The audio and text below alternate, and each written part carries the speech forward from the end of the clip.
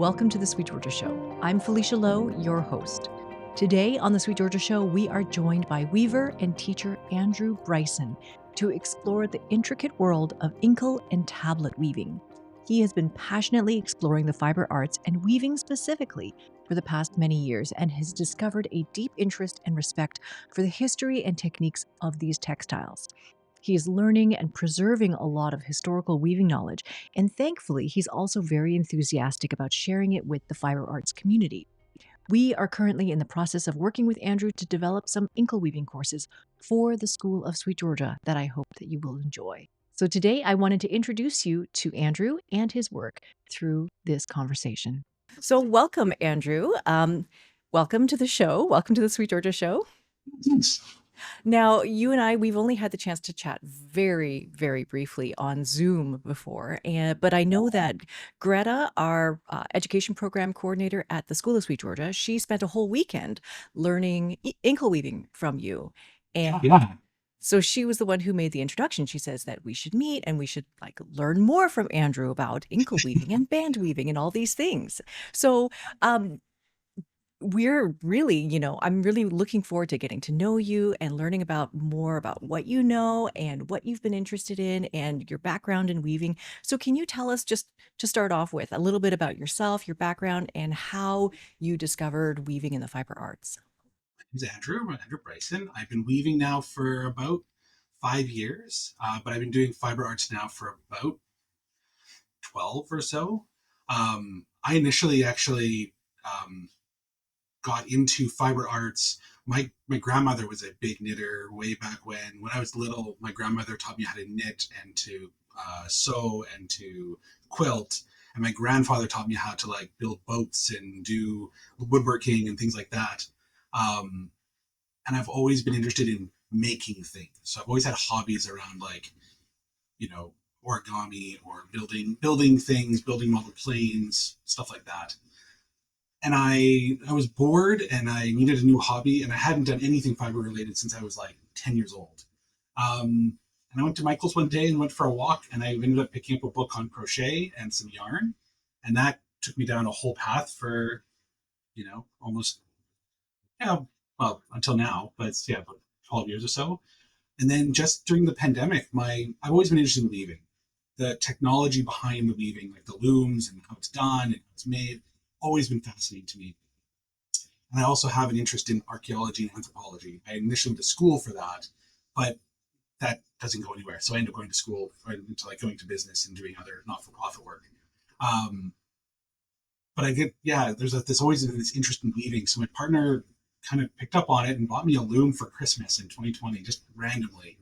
It was a 36-inch rigid heddle loom, which is huge. And that's something as a brand new weave, like that, or a new thing to play with. I was like, I don't know what this thing is. I don't know how to do it, but YouTube became my best friend, and online schools. Actually, I ended up joining the School of Sweet Georgia as well as a few others, just to start how do I use this thing? And that I got hooked. I've been nonstop weaving since. My daughter moved out, and her room has now become my weaving studio. I have a floor loom. I have 3 rigid heddle looms. I now have 3 Inkle looms and 2 band looms that I've made myself. I've built my own. And I just,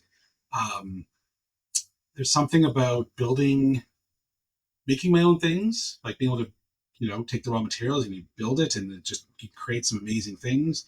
Being able to play with the technology of it, it's old technology, right? Like weaving technology, it's the basis of our computers. It's so far back in history that we don't even really know where it comes from. It's so old, and I love that about it. I love all those aspects, and there's so much to learn. I'm just always learning stuff. I started with the rigid heddle, and somehow I just kind of fell into inkle weaving and band weaving as kind of the things that, I joined a couple of the local guilds. So I'm a member of the Vancouver Guild, the Greater Vancouver Weavers and Spinners Guild. I'm also a member of the Portland Weavers and Spinners Guild. And I'm getting a little bit of feedback. Sorry. So I there's tons of people who are amazing weavers, and they're making all sorts of beautiful things. No one was really doing inkle weaving, and I kind of gravitated that way, and then learned about the history and kind of the historical pieces of it, and I was hooked on that. Uh, yeah. For some of our listeners who might not know what inkle weaving is, I mean, I tried to look into this a little bit myself. Last summer, the folks in our school of Sweet Georgia got really excited about the idea of learning inkle weaving, and so they sort of formed their own little mini study group. And they're like, "Oh, they all got looms. They all figured it out together. They were all working through it, and they were so excited about it that they got me excited about it." And I went out and I bought the loom. I even assembled it, but then I never wove anything on it. And I think that you're there's terms out here. There's band weaving, there's inkle weaving, and there's tablet weaving and card weaving. Can you sort of describe and break down like what are these different kinds of weaving? How are they different from maybe rigid heddle weaving, maybe multi-shaft weaving that maybe people are a little bit more familiar with? Can you very easily go from a rigid heddle to all of a sudden an inkle loom? And like, what is inkle? Like, what is that word? So that's a lot of big questions with a lot of answers. What is inkle? I'll start with that. So the term inkle, um, they're not there isn't we're not actually sure where the term inkle comes from, but it seems to come from another word which really means Lincolnshire green tape from the 16th century. It's an old English term, which really inkle weaving or inkle means band. So it's inkle weaving, card weaving, backstrap weaving, like all those things. Essentially, what you're making is it's a warp faced band, typically anywhere between, well, I mean, some of them get quite wide. You can do 12, 13 inches wide, but a lot of them are kind of between half an inch to 3 inches wide. And it's mostly a warp faced band, meaning you don't see the weft in the yarn. And depending on what you're doing, so inkle weaving is essentially a two shaft weaving structure. So you really don't have your up and down. So it's actually very similar to a rigid heddle. And you can do inkle weaving on a floor loom, on a rigid heddle loom. That the With the inkle weaving, essentially you have every other thread is tied to a string, so it's kind of stationary, and then you're lifting or dropping the moving threads be it past that to create your two shafts. And inkle is known largely for it's a lot of hand manipulation, so there's a lot of pickups or drops, so you can get some really neat patterning in the weave, or it's really like kind of very color forward. So you do a lot of color blocks, or the patterns are bars of alternating color, or little dots that show up. So it's very patterning is more around color use, but you can also do some techniques like pickup. You can do turned croquerog on inkle, so you get little patterns of little people, or little images. But essentially, yeah, it's a two shaft. Inkle weaving is a two shaft weave, on a very, and its depth is very narrow. So when you're weaving it, because all the threads get packed in quite tightly to themselves, you don't see the weft in between, and it creates a very sturdy, strong band. Inkle is quite thin, so it's often also known as ribbon weaving. You're making ribbon, or it used to be called tape, which can throw it off. Um, Tablet weaving, on the other hand, is actually more like a four shaft. It's more like a four shaft weave. So in tablet weaving, you have a card. The card sits on its edge, and you have threads that go through. Typically, it's 4 holes in a card. You can have 3, you can have 8, you can have 5. You can actually have as many as you want. Most of them, though, are 4 shaft, or like 4 holes.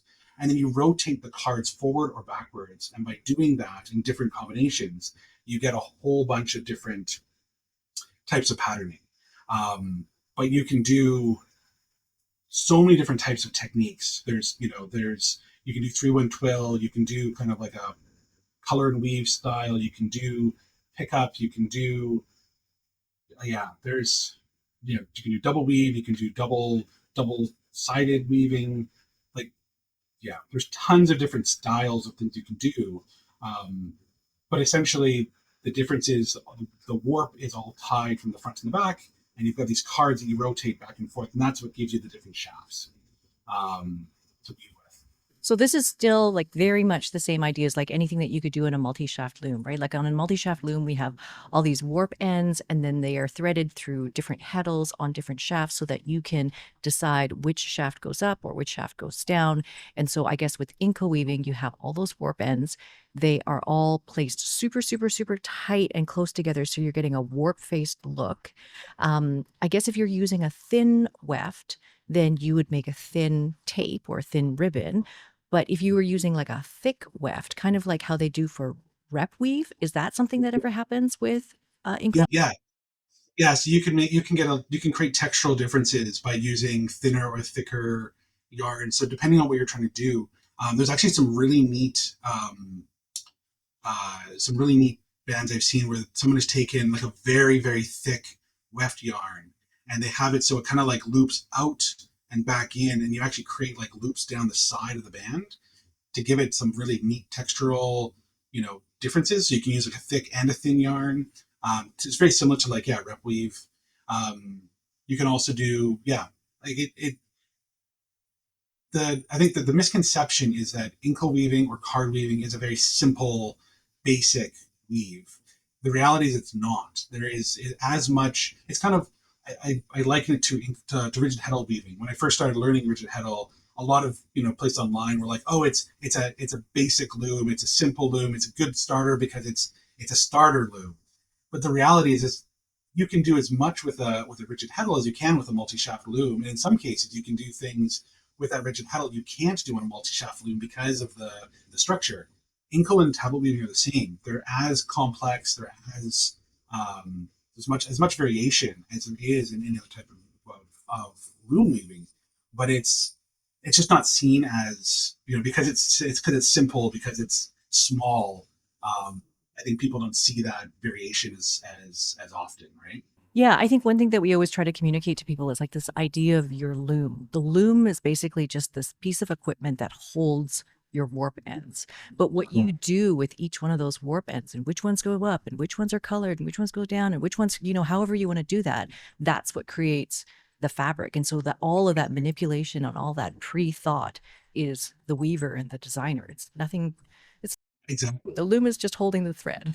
Yeah, exactly. And well, and that's a really good like with inkle weaving or band, like you don't even need a loom. Like you can literally use a backstrap method where you tie your entire warp to a door handle or a post, or and it's you can do it that way. You can have it on around a chair, or any kind of two table clamps on there. Some of the tablet looms are literally a 2x4 board with two clamps on each end, and one end ties down the finished side and one end ties down the warp, and you just advance it forward. So like very simple equipment. It's not, yeah, the equipment is actually not driving the creation. It's all the weaver. It's the insight, it's the vision, it's that planning and deciding what I want this to be. So it is very much a weaver driven activity. The loom really, I find actually when I use my floor loom, it does a lot of the work for me. So it's very easy, it's very meditative, it's very fast. I find with band weaving of any type, there's more intentionality needed and more focus, because and when you make a mistake, it's really hard to go backwards sometimes.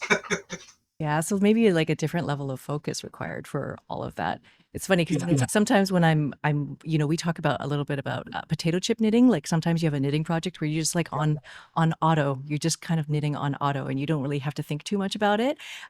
Whereas other times you're like working lace or your cables, and you have to look at what you're doing. And I think it's the same idea with weaving. Like sometimes at a floor loom, you can just like, I'm throwing the shuttle. This feels good. This feels really great. And then other times where you want to like actually be really intentional about what am I creating, pick by pick in my fabric, and what am I creating here.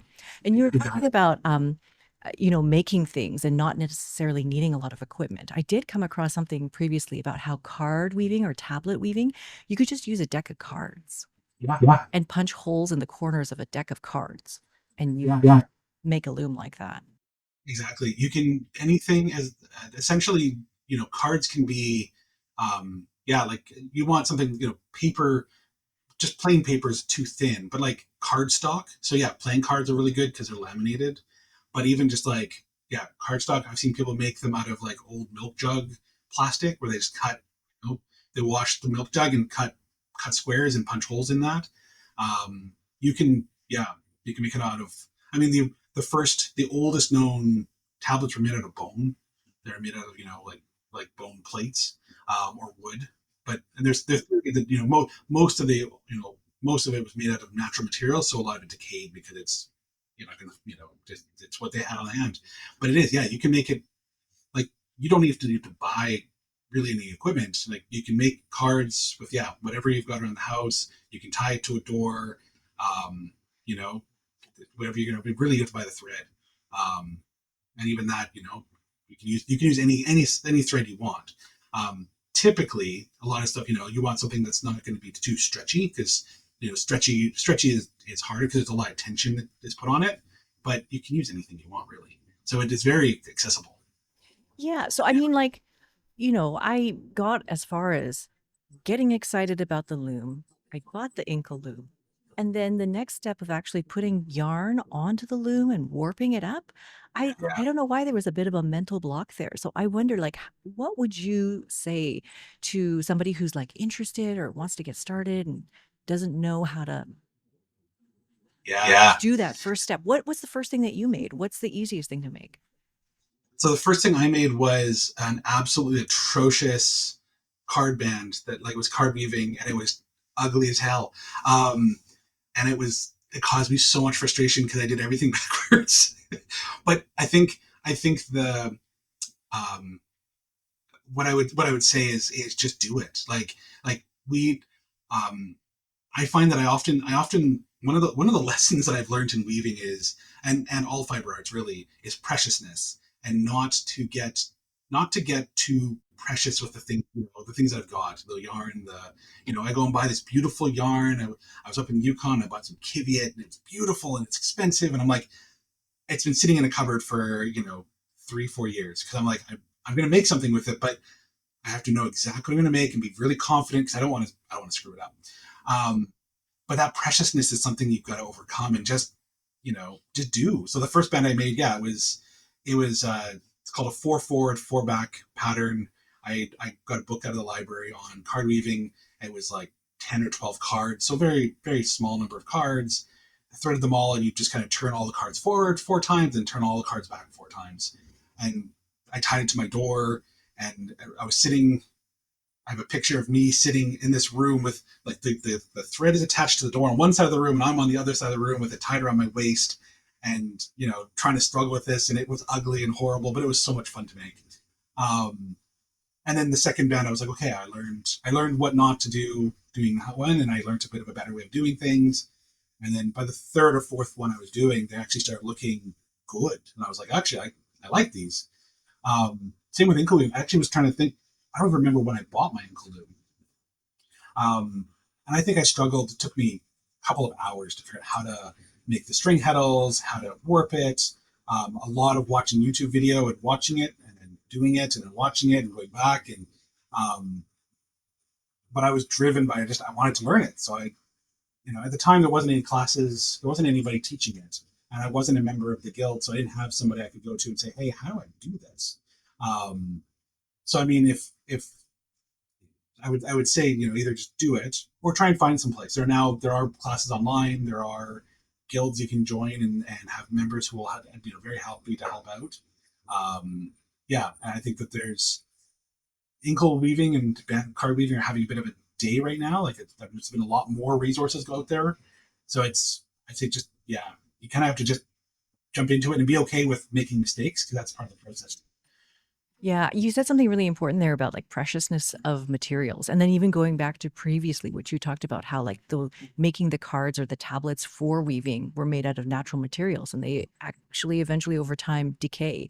And I think with Yeah. all things that we do in fiber arts, all textiles, everything will eventually decay. And so Yeah. I think almost like looking at it from a perspective of it's not that it doesn't matter because it does matter. It matters to the person who's making it and while you're making it, all these kinds of things, but eventually they will all decay. And so enjoy Yeah. the moment that you have it, right? It's a good reminder because I also picked up this indigo dyed silk from Japan like 15 years ago, and it's sitting in my stash because oh, what can I make with it? It's too Yeah. precious, that sort of idea. But, if it just sits there, it's not doing me any good, right? Exactly. And it's, I mean, we put, like, we as a society have built value into things that we can sell, or things that we can, things we can buy or sell. If there's a monetary value to it, then it becomes worth doing. Things that don't have monetary value to them, we've devalued that in some ways. And the process of learning to weave, it really, it's that learning process, and there's high value in that, but we don't put that value in the same way anymore. um so, like, it's in a way, it's going back to, like, realizing, like, me learning this, and yeah, I'm going to make mistakes, and it's a little bit of yarn. It's, yeah, okay, so I spent a bunch of money on it, but if I mess it up, there's more out there. I can fix it. I can do something different with it. I can use that yarn. I can turn it into thrums, and I can reuse it. And, I don't need to worry about that preciousness so much. But the investment in learning something new that I want to learn, and doing it for myself, and, I get so much value out of just making things with my hands and learning. Like, for me, it's about learning new things. I like making the things too, but I like the learning process, and I put a lot of value into that. And I think that we don't value that part of it enough. I think people need to start, yeah, like, valuing my own growth and my own learning, because it's something I want to do just for the sake of doing it. I think it's right. It's also an important lesson to stick with. I think I'm a very, very much like you too, because I'm sitting here in my attic and I'm surrounded by my yarn and my things that I've made, but they're all like random bits of things that I've made. Like, oh, this is where I experimented with this. Oh, I figured that out. Oh, it's where I experimented with this. And then I have like a scrap of that. And they all just are scraps that represent things that I learned, but they're not things that I could sell or give away to anybody, or that is, a thing. But that's actually really important, because those are the things, like you said, like, those are the memories of your learning journey, as opposed to making something that you're going to sell or give away. Like somehow we value the thing that I'm going to make and give away to somebody higher than all of those things, all those lessons, and all of those memories. When you look at those, you're going to be like, oh, I remember when I did that. And sometimes they're funny, and sometimes they're horrific. And, but those are actually the things that you can share and pass on to others. And I think we need to value those things so much more than we do. Because it, like, that's the journey, right? You're not going to necessarily remember the thing you made and gave away, and or sold. Those are really, at the end of the day, the value is not in that object, and the value in that is I'm making money off of it. And that's actually not why I've got involved in fiber arts. It's not something I have a full-time day job, and that's where I go and make my money. But the weaving is my personal growth pieces, and I really value that. So, yeah. Mhm. Actually, this is a great sort of segue. I wanted to ask you about sort of how do you juggle your work life and your making life? Like I think I've talked to a lot of people who are like, oh, I would love to make things all day, but my job gets in the way, or just things like that. Yeah. I mean, yeah, that's same. I work full time, so I don't weave nearly as much as I want to. Um, it's usually, it's fits and starts, a couple hours here or there. I spend a lot of time just, like, reading on things, and, like, I have a project list that's a mile long of things that I've come across. I'm like, oh, I want to do that. Oh, I want to do that. Um, but but yeah, like, it's, and then when you're not working, there's life things that happen. So I I would, again, same. I would love to be able to spend all my days doing something fiber related, but um, unfortunately, it's just not where it goes. So I I do as much as I can. I enjoy going to things like, guild meetups, and going online. I'm active in a lot of online communities, just to, like, stay connected to people doing that work, because my day job is very much not even related to anything in the fiber industry. It's not even in the creative industry. I work in a not for profit in counseling, so it's a very, very different world. But in some ways, that's also really good, because then I can come back home, and I spend my time leaving. That's kind of some of my some of my self care time. Some of I'm not thinking about work, and I don't have to. I can focus on what I'm doing, and it's so different that I joke, it's my other personality. Like, it's another side of who I am, because it feels that way, but also it works out that way. Yeah, I think I was recently reminded about how, like, I heard some advice from somebody who was basically saying, if you want to be a creative, if you want to be a creator, then the first thing you should do is you should go find a job. You should go find a different job, because then you are not putting so much pressure on your creative work to somehow like pay your rent or pay for your Yeah. groceries and things like that. And Elizabeth Gilbert, the author, she said the same thing in her book, Big Magic, about how I think she had like a full-time job until she had finished her third or fourth novel or something like that, because she never wanted to put that pressure on her creativity to like be able to support her. And so when you have your job and then you come home and then you're able to weave, then you're able to be more free with everything that you are thinking and want to experiment with, right? 100%. I very much feel that. Like often people like I like to weave. People tell me, they're like, "Oh, that's amazing. You should sell that. Have you thought about doing this as a job?" And the answer is no. Like I would never want it to be my job because I'd be too focused then on having to make production materials. Like it would just be nothing about sitting behind. You'd be sitting behind the loom doing yards and yards, you know, tea towels and fabrics, or and limited limited patterning because you find what's going to sell, and if you're relying on the sale of it, you've got to make the volume of it. Whereas, yeah, being able to come home and just sit down and do whatever, I don't have to worry about if anyone's going to like it. I don't have to worry if anyone's going to care. I can make something that I want to make for my own interest. And at the end of the day, yeah, I do sell some of my stuff, and I have people who say, "Hey, can you make me this?" And I'll say, "Yeah, I can." When I get to it, I never like make it a yes. I will actually have you. I can make this thing in this many weeks, and no, I don't do this for work. I do this for fun. So if you want that thing, you're going to get it, but it might take 6 months to get around to it.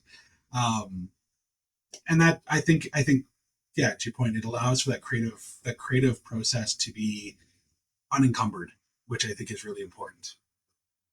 Because then I can just explore what I want to explore when I want to explore it. And I love that.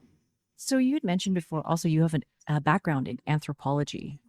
Yeah. Studied anthropology. This is like the focus of your educational career and background. Yeah.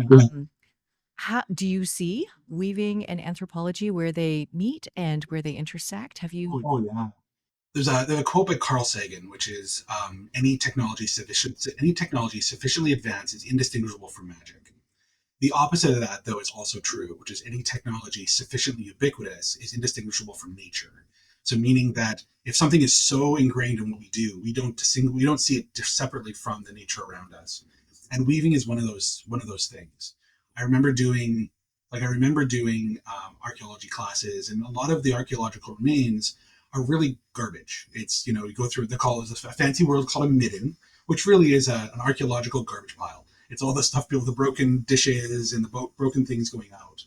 Um, and that's really what we find is all the leftover remains or the really fancy stuff that's in somebody's burial tomb that you happen to come across that just happened to not have been plundered by somebody in the last 2,000 years. Um, and like woven pieces, they don't preserve very well because they decay, they fall apart. A lot of pieces are, if they're found, they're on like, royal vestments or priest garbs or, very precious things that have been, maintained. So we get a very small glimpse into what that is. So I like being able to recreate some of that and look at like how weaving, like Inkle weaving, like band weaving is in every culture. Like it goes so far back that there isn't any actual saying. There's nowhere to say that came from this. Every culture has some version of it. There's pebble weave in the Andes. There is the Métis actually did a whole bunch of they adapted inkle weaving into their own culture, and it became a very strong cultural certificate, which really came out of the Irish and First Nations combination. It's everywhere, and it's I find it to be a common it's a it makes for a common understanding of culture, and we also express our culture through a lot of the things that we wear and we do. So yeah, like it's looking at all these patterns and looking at these things. There's a tie to our history and a tie to things that we don't even know why we did it anymore. Um, the oldest known card weaving pattern we have comes from an archaeological dig in Austria called the Hallstatt. It's a Hallstatt mine, and it's dated to around 5 to 800 BC. So it's like 2,500 years old. And my dad wanted he wanted a lanyard for flying for his like remote controls. So I decided I was going to use that. And I remember weaving it, and it's a it doesn't it's a really old pattern. It doesn't quite follow some of the normal um, like patterning. So like a lot of patterns on especially with card weaving are done in like even numbers because even number patterns because it's four sides, so it's easy to go four forward or back or whatever. This one is all like it's nine. It's all based on like a repetition of nine, and it's a weird pattern, at least for my sensibilities, and I found it very hard to figure out at first. But in weaving, and just like as I was weaving it, I kept thinking about like somebody, somebody 2,500 years ago came up with this pattern. They were weaving this on wooden tablets or pieces of bone with probably pieces of leather or pieces of like some sort of like plant made twine they created in by firelight in somewhere in Austria. Like how? I have difficulties figuring out a pattern using Excel and paper and all the tools that I've got in my hands. They wouldn't have had paper to mark this down. They wouldn't have been able to remember.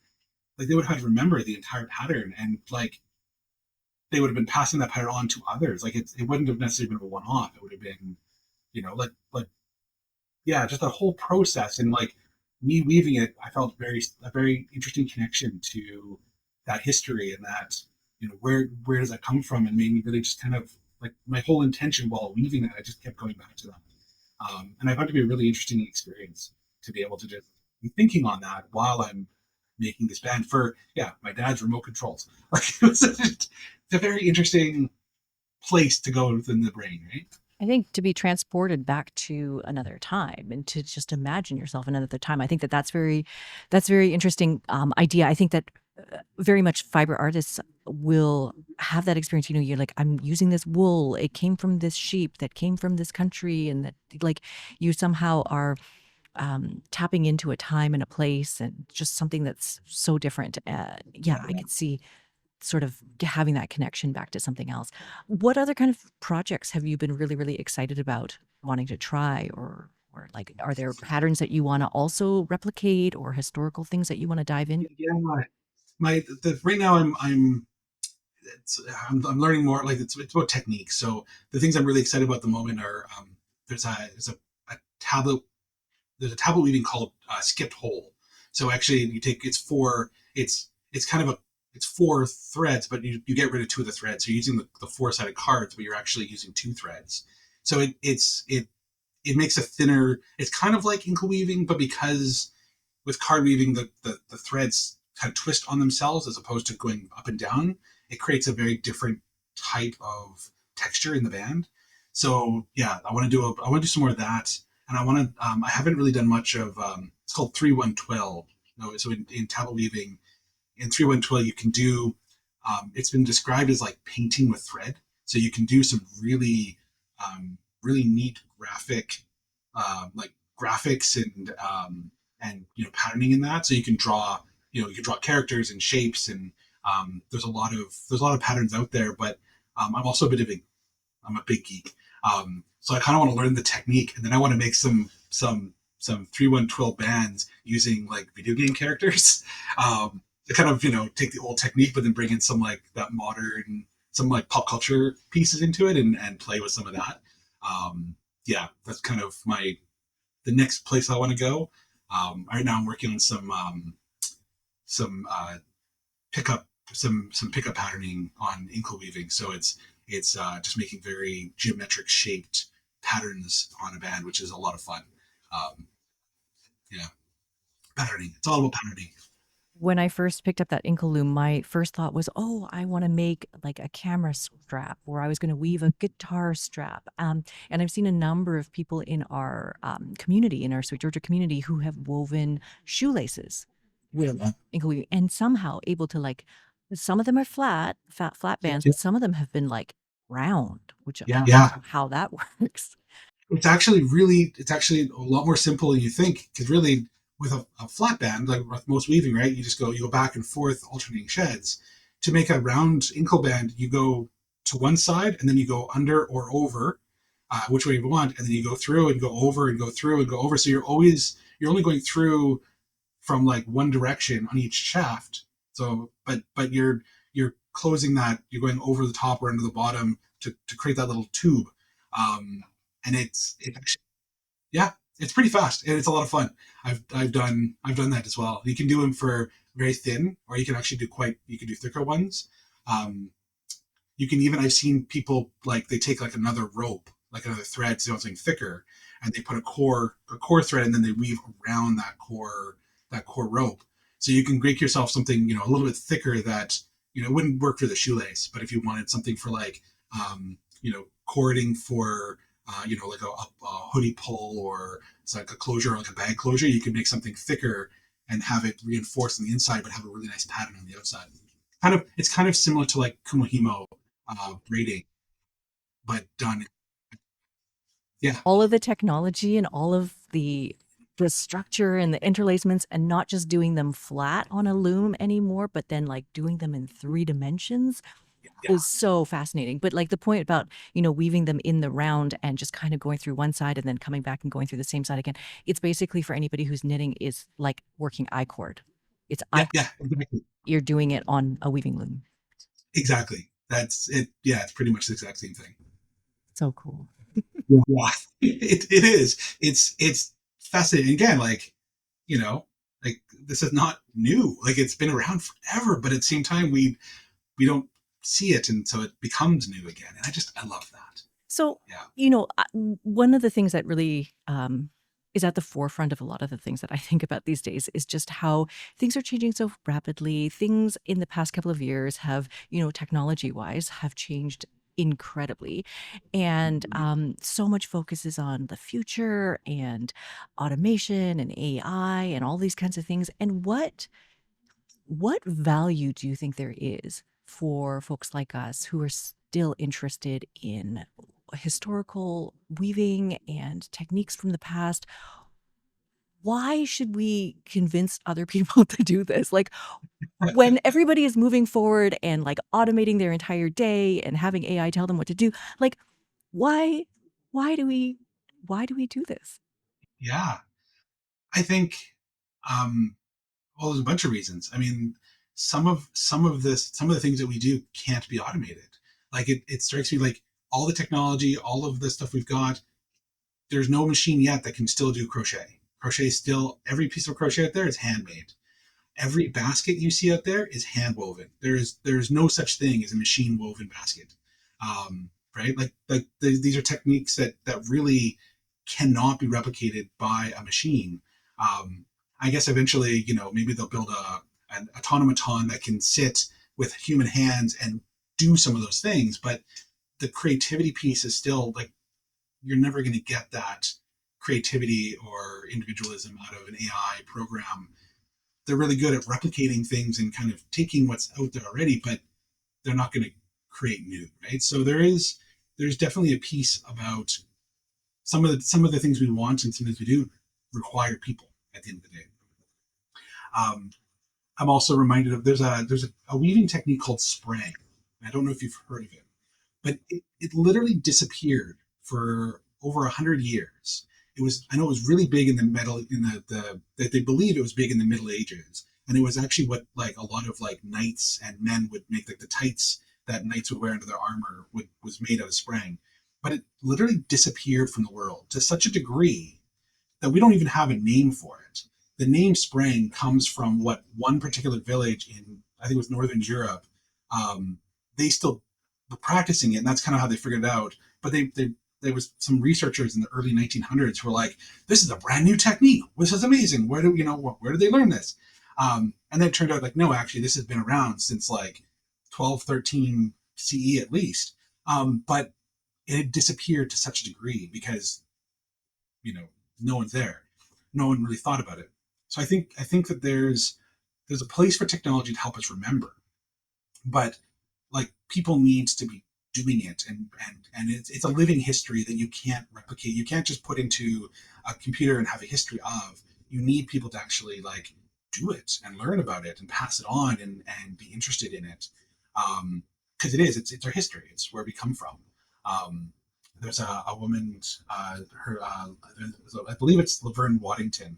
She's in South America, and she's been doing an amazing amount of work in capturing and revitalizing a lot of the weaving techniques of the Andean people, because a lot of it is done by women who are, like there's only 2 or 3 people in the world left who know some of the techniques. And I think that history is really important for us, because you can't learn it from a book. You can't learn it from AI.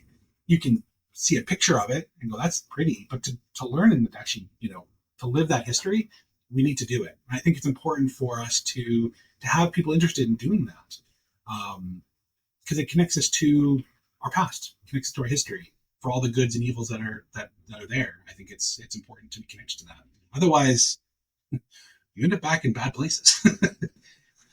Yeah, I think that when we only have the perspective of like, this is the only time and this is the only thing that we're doing, and I'm just focused on the things ahead of me and things like that, I think that we're missing out on so much of what it means to be human. And like you're saying, the history, that where we've come from, these textiles that we used to wear, the bands that we used to decorate our clothing with, or to use more practically.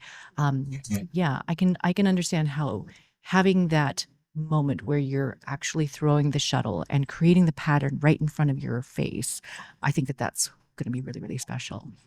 Yeah. I also think, from like, we live in a, like, we built a culture of very, fast fashion, throwaway culture, where we don't value a lot of the things that we have. I think that there's a shift in some of that, and there's going to have to be a bigger shift, because we don't have the resources for the whole world to live the same way. And I think back to some of those earlier periods where, like, people would have 1 or 2 valuable items, and they would modify them, and they would add different edging to it, or they'd add different pieces to it to make it, to recycle it or to use it differently, and to show off, changes. But it was really like, it was a basic dress or a basic shift that would then have, decorative pieces added to it, or, lace collars being added, or band woven, edges, and they would be repeated over time. And I think that there's also some value in us learning about some of the history, some of the ways we used to do things that we consider as being archaic or old, or, but actually they are sustainable and of value, that their practices we may actually want to be bringing back. And without people knowing that, seeing that, and understanding that, you lose out on those lessons. And I think so. I think there's some definite value in I know for sure, like within our sort of fiber arts community, there's definitely like this movement towards slow fashion, towards making your own things, visible mending, those kinds of things are very popular. But for the first time ever, I don't know if you've noticed this, but like Vancouver Lower Mainland, I was driving around and there's actually bus shelter ads, like full on, like in the bus shelter, giant posters that say, something about when something is broken, consider repair. And I think it's yeah, about like textiles, or like maybe your broken jeans or whatever it is, but like consider repair. yeah, I yeah, thought that's really interesting, to try well, to move the whole population towards the idea of fixing your stuff rather than throwing it away. yeah. Well, the interesting, like, you know anybody who grew up in the, 80s, 90s, their whole, like, 3 R's, right? Reduce, reuse, recycle was like everywhere. We've focused really heavily on the recycle. The reality, though, is a lot of the things that we think are being recycled actually aren't, right? Like, there's only so much, like, plastic can be recycled, but there's multiple types of plastic, and not every type can be recycled. Some of them are so valuable, and it's easy to recycle one type, that they collect the other types just because they want that one type, and the rest of it gets thrown in the garbage. I think now, out of the 7 types, I think it's like 5 or 6 of them can be recycled. But in the early days, only like bottles were the only ones that could be recycled, and everything else was collected and just thrown away. We've not put the emphasis on the reuse and the reduce, which are really, those 2 pieces are so important to that cycle. That if we could really, if we could look at that, reducing and reusing pieces so much more, that would push the needle in terms of our sustainability and so much further. And I think that's where the messaging is starting to go, is trying to put more emphasis there, which I love. But yeah, it's kind of, it, I'm glad to see it starting to happen that way, right? Yeah, it's good. It's good. People are starting to pick up what the fiber community's been saying for a long time. Yeah, Well, I am really, really excited to have this chance to talk with you. And I'm like really more excited about getting my Inkle back. I got my Inkle, it was all set up, and then I lent it to somebody, and so now I'll need it back because I have all these ideas I wanna try now. Actually, like, one of the ideas that I have is actually, taking leftover sock yarn and then making it into I-cord, and then using that on the Inkle in the way that you talked about, like, where that thicker cord loops out and then comes back in. And I've seen pictures of this and it looks really cool. So I'm like, yeah, oh, I'm all excited now. I want to do something. yeah, yeah. Actually, I can totally, that would work really well, because then you get you can play with the colors between the warp in the band, and then the colors of the sock yarn. Yeah, yeah. I would just put a caveat: sock yarn would not be good as a warp. Great as a weft, but not good as a warp. So then there would be like differential. Some would be stretchy and some would be not stretchy, and lots of things to play with and experiment with there. Yeah. Yeah. Thank you so much for your time today, Andrew. I'm really, really excited to hear about all of this. I feel like I learned a lot just in the time that we spent together. There's a lot more, obviously, to explore with inkle weaving and tablet weaving and band weaving. And I know that our community has been interested in inkle weaving for a number of years now. And so I'm really, really excited to be able to explore this together with you as well in the future. Yeah, I'm excited too. It's definitely, like I was saying, it's having a day. It's people are very interested in it, and I'm very happy for that, because it's such a fun way to weave. So I'm really glad to be able to help bring more knowledge to it, and more of a light to it. Thank you so much for joining me on the Sweet Georgia Show. I hope today's conversation has sparked some inspiration for your own creative journey. Maybe you want to explore inkle weaving too. If you are interested in following more of Andrew's work, you can find him on Instagram at Loop and Warp. And if you're interested in learning more about weaving, including rigid heddle weaving and multi-shaft weaving, you can find us on the School of Sweet Georgia, where we have more than 120 video-based fiber arts courses to take you from absolute beginner to confident weaver. We have monthly and annual all-access membership options where you can access all the courses, including spinning and weaving, dyeing, knitting, crochet, and more. And we also have a standalone weaving membership if you only want to focus on weaving courses for now. As well, we have grown a very vibrant and encouraging community of multi-craftual makers that you can find at sweetgeorgiayarns.com/community. Also find us on YouTube and Instagram with the handle Sweet Georgia. And please consider leaving us a review on Apple Podcasts or wherever you listen to your podcasts. Until next time, keep creating, keep exploring, and keep trying new things. And remember, there's always room for more color. This is Felicia, and I will see you in the next episode. Bye for now.